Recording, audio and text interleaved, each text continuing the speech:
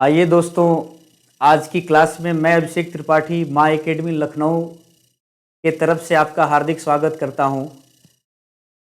YouTube के इस online platform पे दोस्तों, आज की क्लास में हम यूपी टेट में ईवीएस के क्लासेस देखेंगे। ये आज की फर्स्ट क्लास होगी। दोस्तों, हम तैयारी करने जा रहे हैं एक शिक्षक बनने की, और शिक्षक समाज का आईना होता है, शिक्षक समाज का मार्गदर्शक होता है। दोस्तों, ये देश, ये विश्व इसी शिक्षक के इस कलम पे टिका है जो इतिहास लिखना और इतिहास रचना सिखाता है। दोस्तों, आइए शुरू करते हैं ईवीएस का पहला टॉपिक। पहले हम लोग सिलेबस देखेंगे कि सिलेबस में क्या क्या है जो हमें पढ़ना है, जिसको समझना है और जिससे एग्जाम में आने वाले क्वेश्चंस को करना है। मैं आपको यकीन दिलाता हूं, भरोसा दिलाता हूं कि ऐसे शानदार शानदार ट्रिक्स आने वाले हैं आपके आगामी आने वाले लेक्चर्स में, क्लासेज में, जिससे आपकी पढ़ाई आपको एकदम खिलौना दिखेगा, बच्चों का खिलौना जैसा एक सब्जेक्ट के रूप में आपके सामने आएगा ईवीएस। आइए दोस्तों, आज की इस क्लास में मैं आपको ईवीएस के सिलेबस के बारे में ब्रीफ करने चाह रहा हूं कि कहां से। सबसे पहले देखिए, हम लोग परिवार, भोजन, स्वास्थ्य है, स्वच्छता है, आवास है, पेड़ पौधे हैं, जंतु है, परिवेश है, इस तरह की चीजें हमारे पहले टॉपिक के अंतर्गत रहती हैं। इसके बाद भारत है, नदियां है, पर्वत है, पठार है, वन, यातायात, महाद्वीप और महासागर पढ़ने होंगे। इनसे आने वाले क्वेश्चन को समझना होगा। फिर हमको अपने देश के बारे में, हमारा प्रदेश में कौन सी नदियां बहती हैं, पर्वत कौन से हैं, पठार, वन, यातायात के बारे में देखेंगे। फिर हमको संविधान, स्थानीय स्वशासन, ग्राम पंचायत, नगर पंचायत, जिला पंचायत और नगर निगम, नगर पालिका, जिला पंचायत के बारे में पढ़ने को देखेंगे। इसके बाद दोस्तों, प्रदेश के शासन व्यवस्था, कार्यपालिका, व्यवस्थापिका, न्यायपालिका, राष्ट्रीय प्रतीक, राष्ट्रीय पर्व और मतदान के बारे में पढ़ेंगे। और इसके बाद हम लोग पर्यावरण का संरक्षण और इस पे सामाजिक उत्तरदायित्व के बारे में देखेंगे कि कैसे हम पर्यावरण के संरक्षण के लिए कौन सी योजनाएं हमारे देश में चलाई जा रही हैं, हमारे राज्य में चलाई जा रही हैं और विश्व में चलाई जा रही हैं, कैसे प्रदूषण का लेवल कम होगा, कैसे नदियां साफ होंगी, इस तरह की चीजें हम देखेंगे। दोस्तों, आइए हम शुरू करते हैं अपने पहले स्लाइड पर्यावरण से कि पर्यावरण किसे कहते हैं। दोस्तों, पर्यावरण कुछ है नहीं, पर्यावरण को बहुत आसानी से समझो। पर्यावरण को परिधन आवरण से बनाया गया है। कहने का क्या मतलब है कि मैं हूं ना, मेरे चारों तरफ जो उपस्थित है उसी को हम पर्यावरण कहते हैं। मेरे चारों तरफ उपस्थित जो आवरण है ना, मुझको और उसको मिला के ये जो होता है, ये एक तंत्र कहलाता है। लेकिन मेरे चारों तरफ उपस्थित जो कुछ भी चीजें हैं वही पर्यावरण है, उसी को हम पर्यावरण बोलेंगे। जिनसे हम एनर्जी लेंगे, जिनसे हम प्रभावित होंगे, जिन पर हम निर्भर होंगे, दोस्तों यही पर्यावरण है। अगर कहा जाए तो पर्यावरण में भौतिक, रासायनिक और जैविक कारक होते हैं। दोस्तों, भौतिक कारक क्या हो सकता है इसके बारे में देखेंगे, रासायनिक कारक क्या हो सकता है इसके बारे में देखेंगे, और जैविक और अजैविक कारकों के बारे में देखेंगे। दोस्तों, आइए देखते हैं पर्यावरण की संरचना में क्या क्या होता है। दोस्तों, पर्यावरण की संरचना देखिए। सबसे पहले हम देखें पर्यावरण की संरचना में, सबसे पहले स्थल मंडल है, फिर जल मंडल है, वायुमंडल है और जैव मंडल है। आपको देखने को मिल रहा होगा स्थल मंडल, जल मंडल, वायुमंडल, जैव मंडल। साथियों, एक बार में दिमाग में बैठा लीजिए, स्थल जहां खड़े हो वो स्थल मंडल है। उसी स्थल पे बारिश से जो पानी एकत्र हो गया वो जल मंडल है। नदियों में देखोगे, महासागरों में देखोगे, और इससे बाहर जब उठ के देखोगे तो आपको एक वायुमंडल देखने को मिलेगा, और इन तीनों को मिलाओगे तो जैव मंडल देखने को मिलेगा। साथियों, जब हम आगे के स्लाइड में देखेंगे तो सबसे पहले स्थल मंडल के बारे में जानना चाहेंगे कि स्थल मंडल क्या है। साथियों, इस बात को समझना होगा कि जब उस समय चलें जब पहली बार पृथ्वी का निर्माण हुआ होगा। बिग बैंग थ्योरी के नाम के बारे में आपने सुना होगा कि एक थ्योरी आई थी, बिग बैंग थ्योरी, जो कहती है कि पहली बार पृथ्वी 4.5 बिलियन ईयर एगो पृथ्वी का निर्माण हुआ था। जो पृथ्वी पे समस्त जो चीजें हैं वो मिट्टी और धूल के कण होंगे, एक साइक्लोन आया होगा और चीजें एकत्रित हुई होंगी। साथियों इसके बारे में मैं बता दूं कि जब वो साइक्लोन आया होगा, आपने देखा होगा कि जब भी कोई चक्रवात या कोई चीज गोल गोल घूमती है तो बीच में हैवी चीजें आ जाती हैं, भारी चीजें आ जाती हैं। तो इस पर्यावरण में जो हैवी मेटल्स थे, एलिमेंट्स थे, वो सेंटर में आ गए, जिनको हम कोर कहे साथियों, जिनको हम कोर बोले। तो सबसे नीचे आप देखेंगे, सबसे नीचे आप देखेंगे तो कोर देखने को मिलेगा, और कोर के ऊपर देखिए सबका एक डिस्टेंस आपके सामने मौजूद है। इधर आप देखेंगे तो किलोमीटर में आपको देखने को डिस्टेंस मिलेगा कि पृथ्वी पर सबसे गहराई में क्रोड है, सबसे ऊपर क्या है, उसके नीचे क्या है, उसके नीचे क्या है। तो सबसे ऊपर एक ऊपरी मेंटल है, फिर मेंटल है, फिर बाह्य क्रोड है, फिर अंतः क्रोड है। अंतः क्रोड की बात करें तो 6370 किलोमीटर की गहराई में अंतः क्रोड का रेडियस, त्रिज्या होती है साथियों। 5150 किलोमीटर के आसपास आपका बाह्य क्रोड की निचली परत होती है साथियों। और ऊपरी परत की अगर बात करें तो उसमें हल्के हल्के धातु होते हैं, हल्के हल्के तत्व होते हैं साथियों। जो हल्की चीजें हैं वो ऊपर आ गई, जो भारी चीजें हैं वो नीचे आ गई। तो इस स्लाइड के माध्यम से आप इनके लेयर के बारे में देखें, इनकी गहराई के बारे में देखें। ये स्लाइड आपको ये बताती है, घनत्व तो क्या बताता है कि जो भारी चीजें हैं, घनत्व तो आपको बताता है कि जो हैवी चीजें हैं, जो हैवी चीजें हैं वो तली में है, नीचे हैं, और जो हल्की चीज है वो ऊपर है। आपको इससे ये मिला लेना है कि क्या पदार्थ, कौन सा पदार्थ कहां पे उपस्थित हुआ होगा। साथियों अगर हम बात करें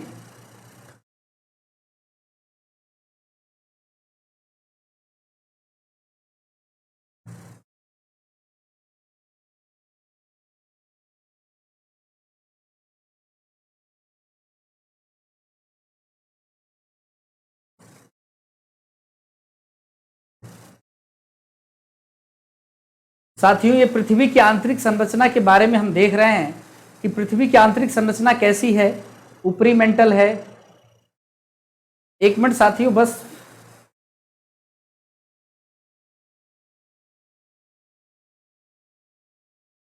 ये देखिए, आपको ऊपरी मेंटल देखने को मिल रहा है, इसके नीचे निचली मेंटल है, बाह्य क्रोड है और अंतः क्रोड है।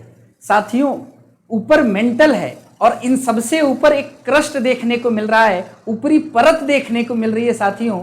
और इधर आपको डिस्टेंस देखने को मिल रहा है कि जो आपका क्रस्ट है वो 30 किलोमीटर के डेप्थ में है। इसके बाद ऊपरी मेंटल कहां से शुरू है, कहां समाप्त हो रहा है, 200 से 700 के आसपास तक किलोमीटर में है साथियों। इसके नीचे अगर हम बात करें कि बाह्य क्रोड कहां से शुरू होता है, ये डिस्टेंस आपसे कभी पूछा नहीं जाता है।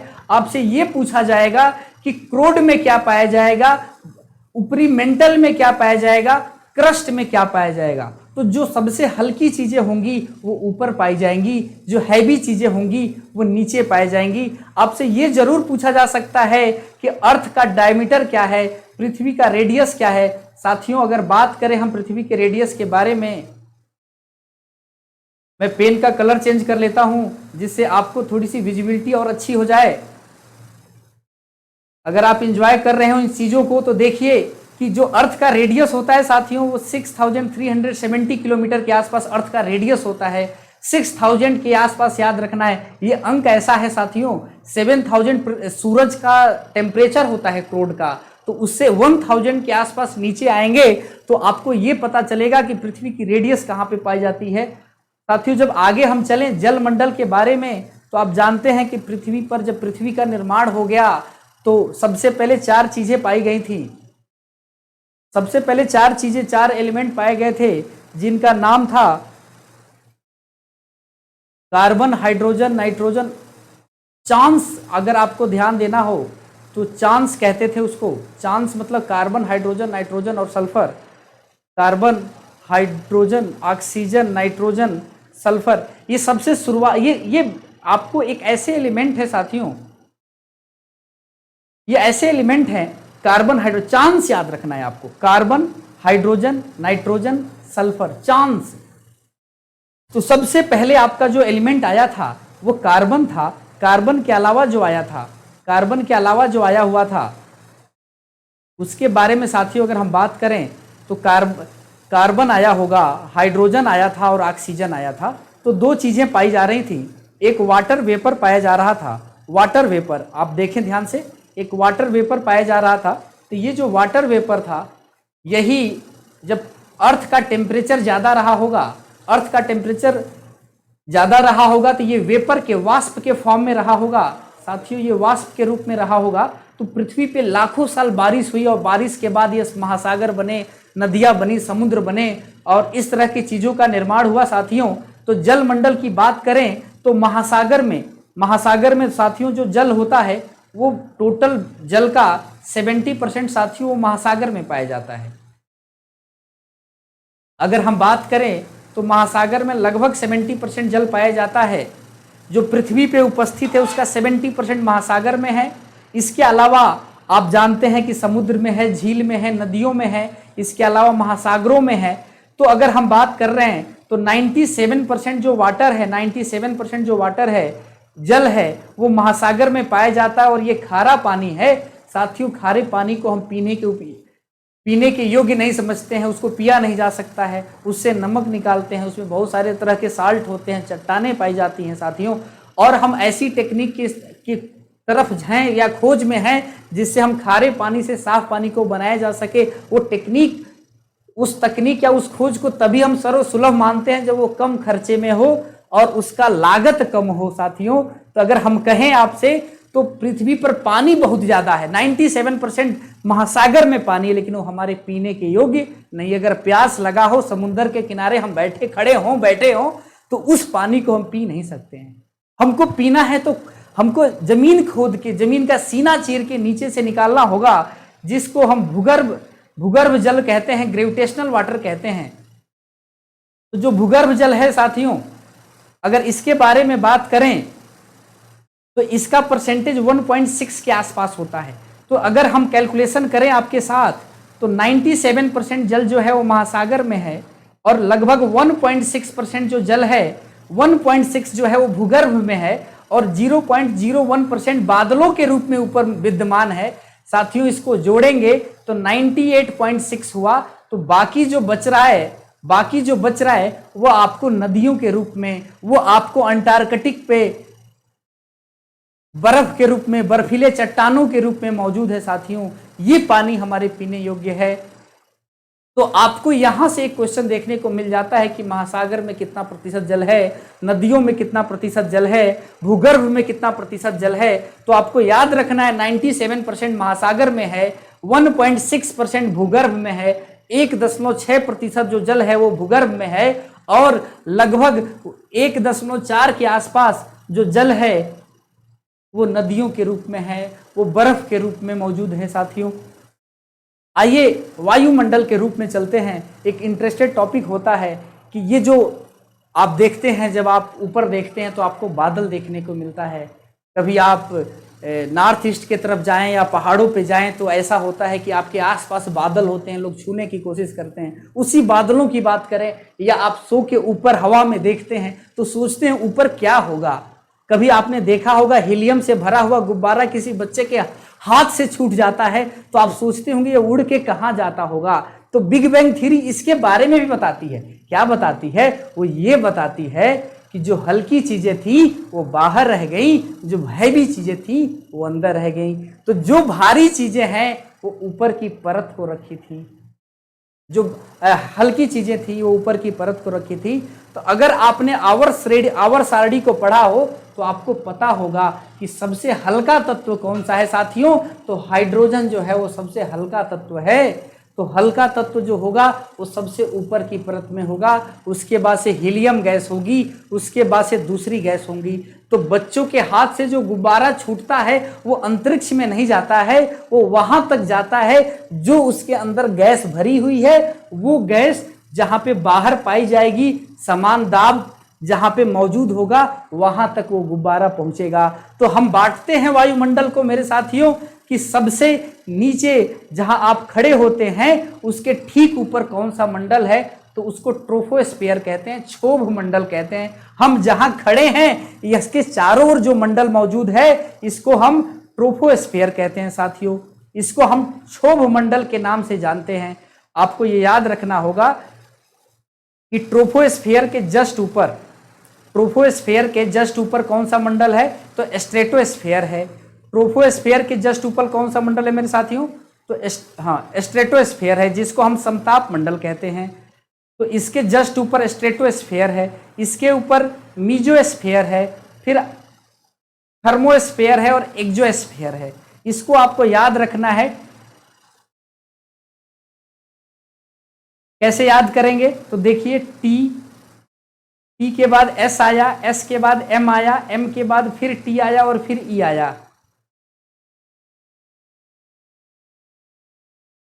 इसको आप कोई गाने की लाइन बना लो, तुमसे बना मेरा जीवन, कुछ भी बना लो।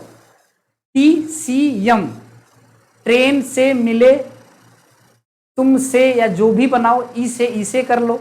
तो आपको याद रखना है। कैसे याद करेंगे? ट्रोपोस्ट्रेटो, ट्रोपोस्ट्रेटो मीजो, ट्रोपोस्ट्रेटो मीजो, ट्रोपोस्फेयर, स्ट्रेटोस्फेयर, मीजोस्फेयर। सबसे नीचे क्षोभ मंडल, क्षोभ मंडल के ऊपर समताप मंडल, और इसी समताप मंडल के नीचे और ट्रोपोस्फेयर के बीच में आपको ओजोन लेयर पाई जाती है। साथियों, एक बार क्वेश्चन ये आया था कि ओजोन का फार्मूला क्या होता है, तो याद रखिएगा मेरे साथियों कि ओजोन का जो फार्मूला होता है तो वो O3 होता है। ओजोन का फार्मूला O3। जब ऑक्सीजन, तीन ऑक्सीजन के अणु, जब तीन ऑक्सीजन के परमाणु एक साथ जुड़ते हैं तो ओजोन गैस बनाते हैं। तो ये आपका हो गया कि कौन सबसे नीचे परत कौन सी परत सबसे नीचे पाई जाती है, तो उसको कहते हैं ट्रोपोस्फेयर, क्षोभ मंडल, जिसकी डिस्टेंस होती है लगभग 10 किलोमीटर तक। 20 से 50 किलोमीटर तक आपकी स्ट्रेटोस्फेयर पाई जाती है, यानी समताप मंडल, और उसी समताप मंडल के ठीक बीचों बीच में आपका ओजोन गैस पाई जाती है, और उसके ठीक ऊपर आपका मीजोस्फेयर पाया जाता है। फिर आपका आयन मंडल, थर्मोस्फेयर पाया जाता है। फिर आपका बाह्य मंडल, जिसको एक्सोस्फेयर कहते हैं, वो पाया जाता है। तो याद रखिएगा, 600 किलोमीटर जो होता है वो थर्मोस्फेयर की रेडियस होती है, और मीजोस्फेयर 85 के आसपास होता है, और स्ट्रेटोस्फेयर 50 के आसपास होता है। तो 10, 50, 85 और 600 में जाते जाते आप इस वायुमंडल से बाहर चले जाते हैं। 600 किलोमीटर को जब आप पार करते हैं तो आप इस वायुमंडल से बाहर चले जाते हैं।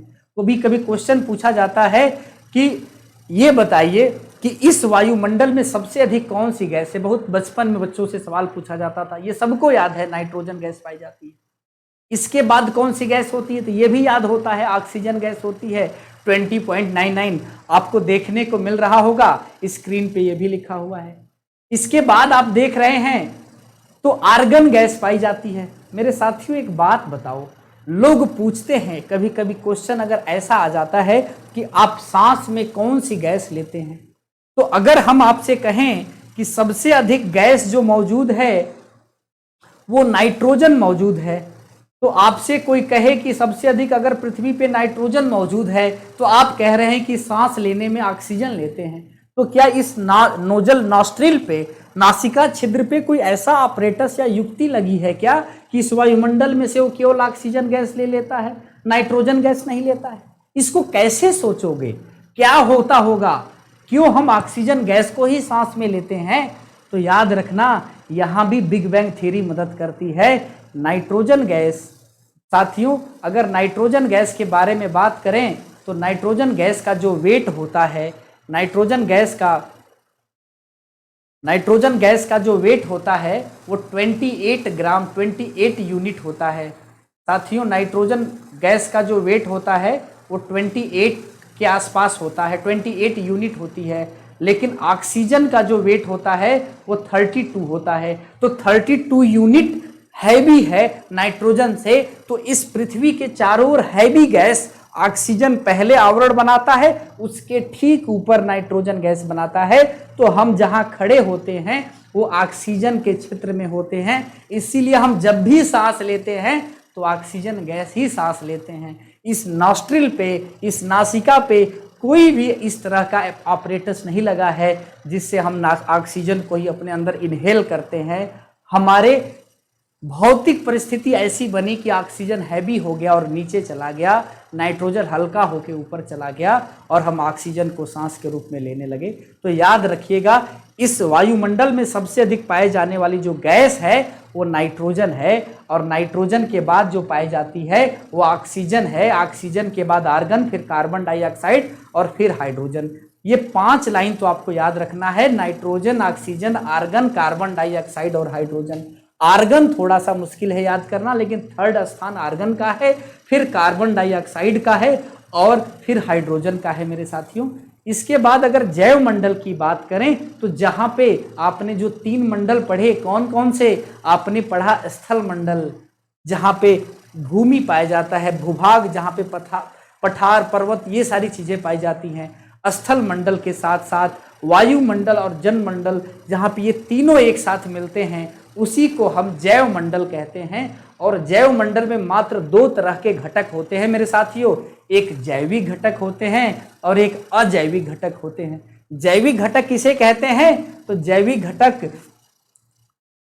घटक वे होते हैं, देखिए ध्यान से, जैविक घटक वे होते हैं जिसमें कोई लिविंग थिंग समझिए, जिसमें कोई सजीव पाया जाता है, और अजैविक घटक वे होते हैं जिसमें निर्जीव पाए जाते हैं। तो याद रखिए, अजैविक घटक में सबसे पहले आपको भौतिक कारक देखने को मिल रहा है। कौन कौन से कारक?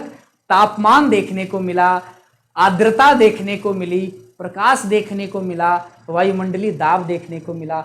दोस्तों, तापमान आपने देखा होगा, जब बहुत सारे ज्यादा गर्मी हो जाती है तो पसीने निकलने लगते हैं। आपने देखा होगा गर्मियों में मेढक देखने को नहीं मिलते हैं, वो हाइबरनेशन में चले जाते हैं, वो मिट्टी के अंदर जाके सुषुप्ता अवस्था में चले जाते हैं। तो तापमान भी एक भौतिक कारक है जो किसी जीव के ऊपर प्रभाव आरोपित करता है। आर्द्रता आपने देखा होगा कि बहुत सारे ऐसे, जैसे आपने देखा होगा कुछ ऐसे प्लांट है जो आर्द्रता ग्राही होते हैं, जो वायुमंडल से, जो वायु से क्या लेते हैं? उष्मा से, वहाँ से पानी लेते हैं, वहाँ से जल अवशोषित करते हैं। इसके बाद आप देखिए प्रकाश, जो एकलौता सूर्य जो है वो प्रकाश ऊर्जा से रासायनिक ऊर्जा में परिवर्तित करके ऊर्जा को हमारे अंदर पहुंचाने का काम करता है। दोस्तों, इसके बाद हम अकार्बनिक पदार्थों के बारे में देखेंगे। अगर अकार्बनिक पदार्थों के बारे में देखें तो अकार्बनिक पदार्थों में सबसे पहले जल है, जल का फार्मूला H2O है। इसके बाद ऑक्सीजन है, कार्बन डाइऑक्साइड है और नाइट्रोजन है। साथियों, जल, ऑक्सीजन, कार्बन डाइऑक्साइड और नाइट्रोजन, ये चारों अकार्बनिक पदार्थ हैं। जैसे अगर कोई पौधा होगा तो उसको कार्बन डाइऑक्साइड श्वास के रूप में लेना पड़ेगा दिन में। अगर कोई मनुष्य होगा, कोई जंतु होगा तो ऑक्सीजन लेगा। लेकिन दोनों ऑक्सीजन और कार्बन डाइऑक्साइड लेने वाले ये दोनों जीव, यानी एक प्लांट और एक एनिमल, यानी जंतु और पादप, दोनों साथ में जल को लेंगे। और जल को लेने के साथ साथ उनके अंदर प्रोटीन का निर्माण होगा, जिसके लिए वो नाइट्रोजन ग्रहण करेंगे। तो ये चारों चीजें जो हैं वो अकार्बनिक पदार्थ बनाती हैं। क्या क्या बताइए? जल, ऑक्सीजन, कार्बन डाइऑक्साइड और नाइट्रोजन। जल, ऑक्सीजन, कार्बन डाइऑक्साइड और नाइट्रोजन। साथियों, अगर कार्बनिक पदार्थ के बारे में बात करें हम, तो कार्बनिक पदार्थ के रूप में हमारे अंदर प्रोटीन मौजूद है, कार्बोहाइड्रेट मौजूद है, लिपिड मौजूद है। ये 3 चीजें, प्रोटीन, कार्बोहाइड्रेट और फैट, हमारे अंदर मौजूद हैं, जिनसे हमारा निर्माण हुआ है, जिनसे किसी लिविंग का निर्माण हुआ है। इसके बाद साथियों, हम जैविक घटक के बारे में बात करें तो इसमें एक ऐसा जो प्राइमरी, जिसको मेन कह सकते हैं, जो मुख्य रूप से एक उत्पादक पाए जाते हैं, जो हरे पौधे होते हैं साथियों, ये क्या करते हैं? तो ये सूर्य की रोशनी से रासायनिक ऊर्जा बनाते हैं और पहली बार लिविंग के अंदर, सजीवों के अंदर ऊर्जा प्रवेश करती है। साथियों, आपने क्या देखा होगा? एक लीफ होता है और ये लीफ पे सूर्य की रोशनी में, आप जानते हैं कि सूर्य की रोशनी में एक एनर्जी पाई जाती है, और वो कौन सी एनर्जी पाई जाती है साथियों? तो याद रखिएगा, फोटॉन के रूप में एक साइंटिस्ट हुए थे जिसका नाम है, आप जानते होंगे, जिसको हम लोग कहते हैं, क्या कहते हैं? आइंस्टीन का एक समीकरण आपने पढ़ा है, E=mc²। और उसी समय एक साइंटिस्ट हुए थे जिनका नाम था प्लैंक। तो प्लैंक ने क्या किया था कि एक नियम दिया था प्लांक ने कौन सा नियम दिया था? तो प्लांक ने दिया था E equal to h nu. Planck ने कौन सा नियम दिया था? तो E equal to h nu का। तो ये जो न्यू है यह आवृत्ति है और ये प्लांक का नियतांक है। यही ऊर्जा किसी पौधे के, किसी प्लांट के लीफ पे गिरती है।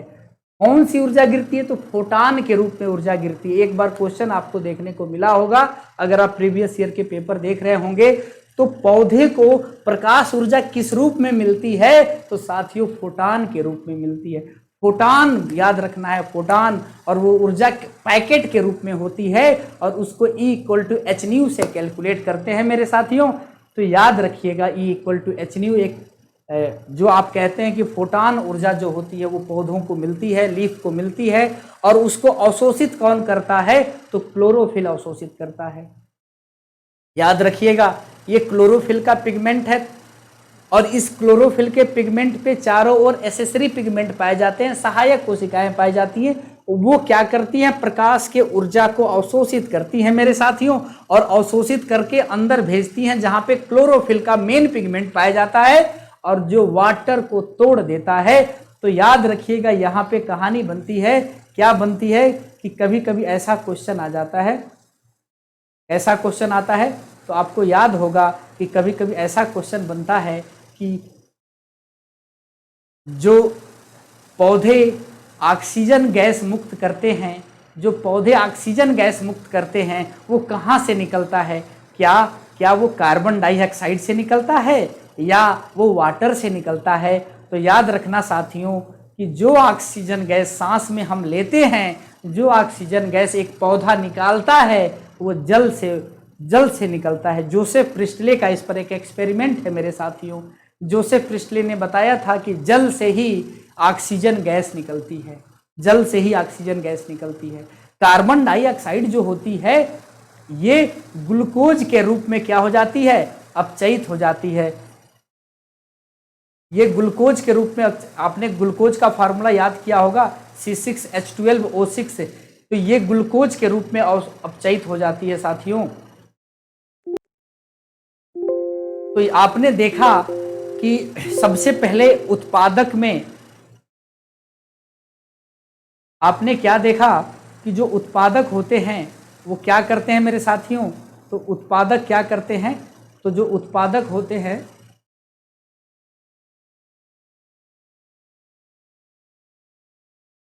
तो उत्पादक जो होते हैं वो क्या करते हैं? तो वो सूर्य की रोशनी से ऊर्जा को लेके पौधों में संचयित कर देते हैं और इस ऊर्जा को खाने वाले को प्राथमिक उपभोक्ता कहते हैं। और ये प्राथमिक उपभोक्ता द्वितीय उपभोक्ता, तृतीय उपभोक्ता के द्वारा खाए जाते हैं और लास्ट में ये इनकी डेथ हो जाती है। और डेथ हो जाने के बाद आप जानते हैं एक अपघटक पाए जाते हैं। वो अपघटक क्या करते हैं? तो वो जो अपघटक होते हैं वो बैक्टीरिया होते हैं, फंजाई होते हैं, उस मरे हुए पदार्थ से ऊर्जा ले लेते हैं। तो इस तरह से ऊर्जा का, मास का, इस carbon hydrogen oxygen nitrogen sulphur cycle का इस वातावरण में एक चक्र चलता है जिसको आप कार्बन साइकिल, हाइड्रोजन साइकिल या ऑक्सीजन साइकिल, नाइट्रोजन साइकिल या सल्फर साइकिल के रूप में पढ़े होंगे। तो ये जो कंप्लीट चैन होती है कि एक जगह से पूरा यात्रा करते हुए फिर वहीं तक पहुंच जाना, इसी को साइकिल कहते हैं। अगर कार्बन का हुआ तो कार्बन चक्र, ऑक्सीजन का हुआ तो ऑक्सीजन चक्र, नाइट्रोजन का हुआ तो नाइट्रोजन चक्र। आइए देखते हैं साथियों, क्या देख रहे हैं? यहाँ पे आपको एक प्राथमिक उपभोक्ता देखने को मिल रहा है। क्या देखने को मिल रहा है? प्राथमिक उपभोक्ता। कौन सा है प्राथमिक उत्पादक देखने को मिल रहा है, सॉरी। उत्पादक क्या होता है? तो जो भोज्य पदार्थ का निर्माण करे वही उत्पादक है। तो भोज्य पदार्थ का निर्माण कौन कर रहा है मेरे साथियों? तो भोज्य पदार्थ का निर्माण हरे पेड़ पौधे कर रहे हैं। भोज्य पदार्थ का निर्माण जो है वो हरे पेड़ पौधे कर रहे हैं। तो आइए देखते हैं।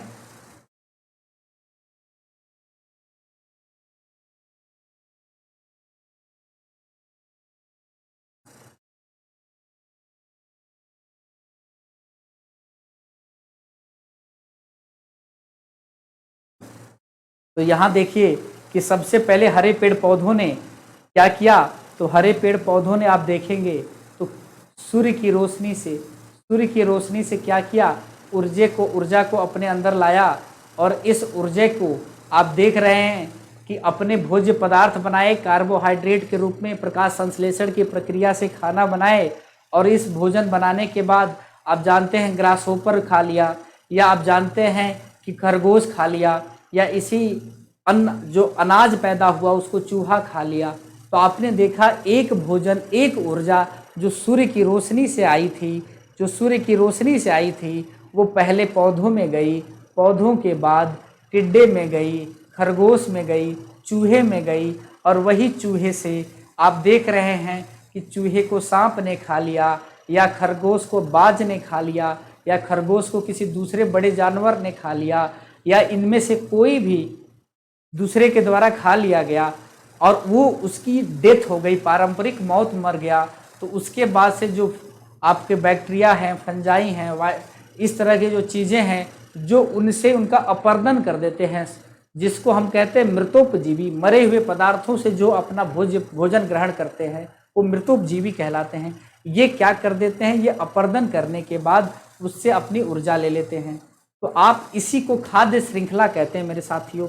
एक क्वेश्चन पूछा जाता है कि खाद्य श्रृंखला में एक जगह से दूसरे जगह पर, एक लेवल से दूसरे लेवल पर कितनी प्रतिशत ऊर्जा ट्रांसफ़र की जाती है। तो साथियों याद रखना 10% ऊर्जा जो होती है वही ट्रांसफ़र होती है।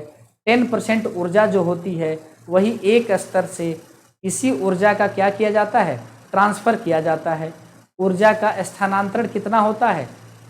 अगर आपसे कोई पूछे कि भोजन में जो घास है, जो शाकाहार है या जो मांसाहार है, किसको गुड क्वालिटी का फूड कहेंगे, तो साथियों यहाँ पे जो शाकाहारी लोग हैं उनको एक बात से थोड़ा सा एडजस्ट करना पड़ेगा कि आपका इकोलॉजी जो है, आपका जो इन्वायरमेंट जो है वो कहता है कि जो आपका नॉनवेज है वो गुड क्वालिटी का फूड है। क्योंकि शेर के बारे में अगर बात करें तो एक शेर या एक मांसाहारी जीव 2 दिन में 1 से 2 बार भोजन करता है, लेकिन जो आपके घर में गैया है, जो बकरी है, ये दिन भर खाती रहती है। इसका मतलब क्या है साथियों कि इनसे ऊर्जा पर्याप्त मात्रा में नहीं मिल पाता है, तभी उसको दिन भर खाना पड़ता है।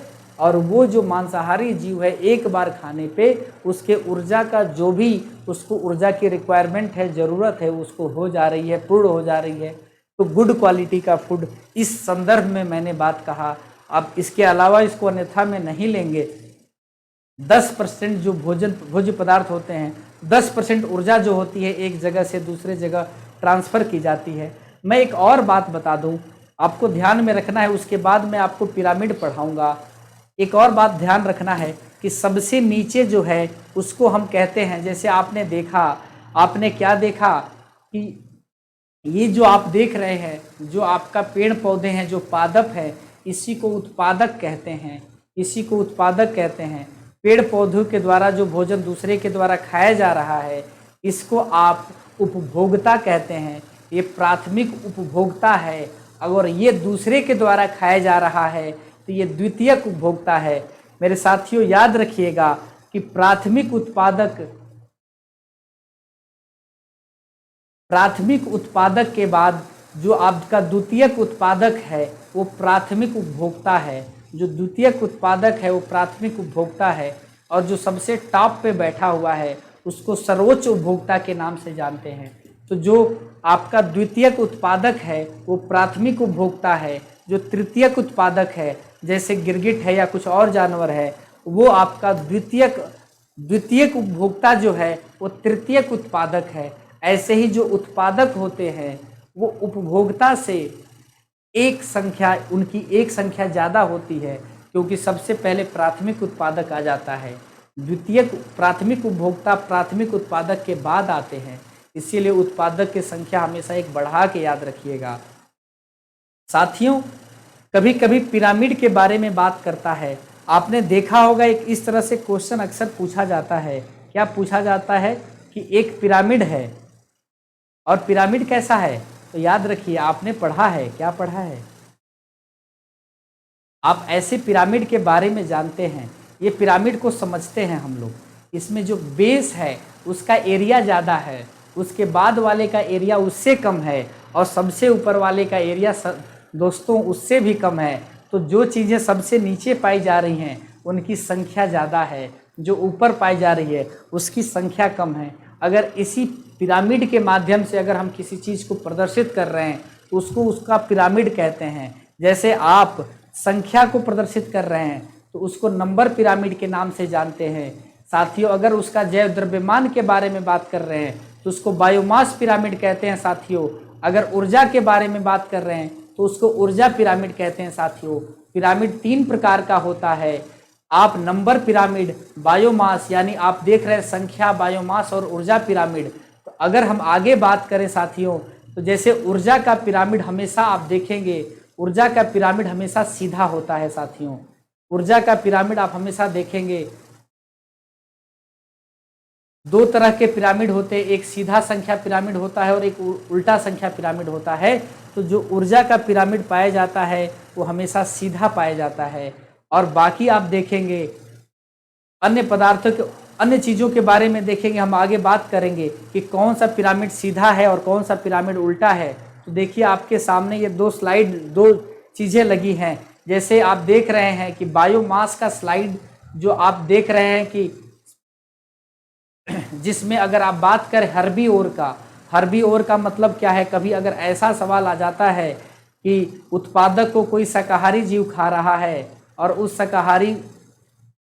शाकाहारी को कौन खा रहा है साथियों, उस शाकाहारी को जो खाने वाला है वो कोई मांसाहारी है। मतलब कभी भी आपको ऐसा देखने को मिला कि जिसमें घास किसके द्वारा खाया गया, घास खाया गया आपके हिरण के द्वारा, खरगोश के द्वारा, या घास खाया गया आपके इन खरगोशों को खाया गया भेड़िया के द्वारा और इसको शेर के द्वारा।